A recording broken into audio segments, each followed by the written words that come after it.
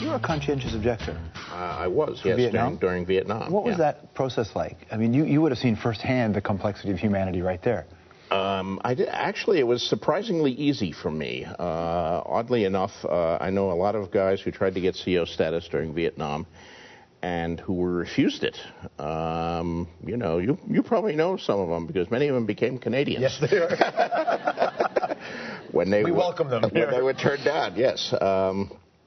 You know, back then it was said that most draft boards, and all the draft boards were local, they would not give you a CO status if you objected to Vietnam. They would only give it to you if you were a complete pacifist and objected to all wars.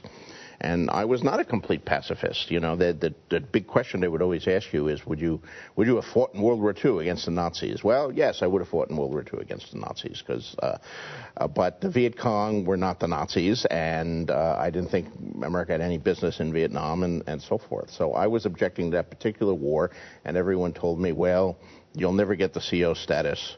But oddly enough, I did get the CO status, and relatively easily. And I learned later that my draft board was so conservative that they felt, well, anyone who wanted the CO status should have it, because then he'll be branded forever as a yellow-bellied coward and a traitor, and his life will be ruined, and that would be enough punishment for him. So thank God for that. So they ruined my life, and there I am. But no, so I did 2 years alternate service in Vista Volunteer, working in legal assistance in Chicago, you know, using my journalism background, and they mostly had me doing public relations and publicizing the cases they were taking. But it was an interesting experience. I got to see a lot of stuff, and I still think the Vietnam War was a terrible mistake for America. But I still would have fought against the Nazis. Yeah. Do you work that kind of political belief system into the work? Well, I don't do it deliberately. I mean, I'm not writing an allegory like Tolkien, who, you know, was sometimes accused that Lord of the Rings was an allegory of World War II, which he always reacted to angrily because he didn't believe in that. And either do I. If I want to write about World War II or about Vietnam, I'll write about World War II or about Vietnam. Nonetheless, my beliefs certainly permeate some of Song of Ice and Fire, Game of Thrones. Part of it being my belief about war and violence, which also enters, I mean, things like Beauty and the Beast and my television work and all that. You know, working in network television, we were under constant pressure on a show like Beauty and the Beast to have more action. We had, you know, in the view of the network, we had too many women watching the show and not enough men. We had to get more men. How do you get more men? You have more action. Action is network speak for violence. Right.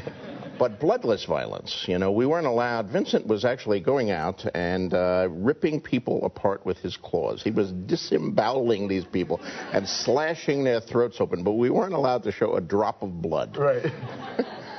Because that would disturb people. That would be violence. We can't show violence on television, but we should show lots of action, you know. And, you know, we love, like, car chases and things like that. Well, if you've ever been in a car that's wrecked, it's a horrible, traumatic experience. There's, you know, disorienting, and the metal is screaming and clashing, and people sometimes die very painfully and bloodily, and yet we watch this for this bloodless entertainment of cars flipping and turning, and it's the same way, I think, in fantasy.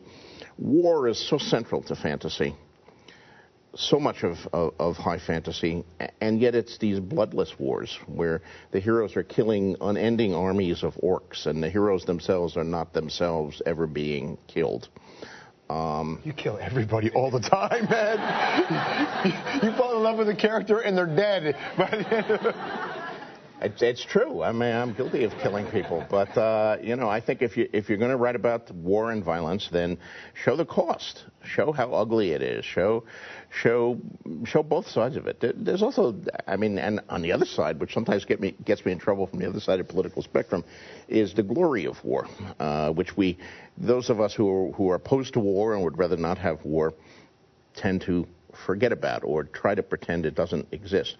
But if you read the ancient historical sources, people are always talking about the glory of war, the banners that stirred the heart, the banners in the wind, and in medieval days, the night, you know, in medieval ages, everything was brown, you know, the clothes were brown, the ground was brown, it was a brown centuries. But the knights would come out in colors. They were the only people rich enough to afford dyed clothing, and they'd be in their blues and their crimsons and their yellows.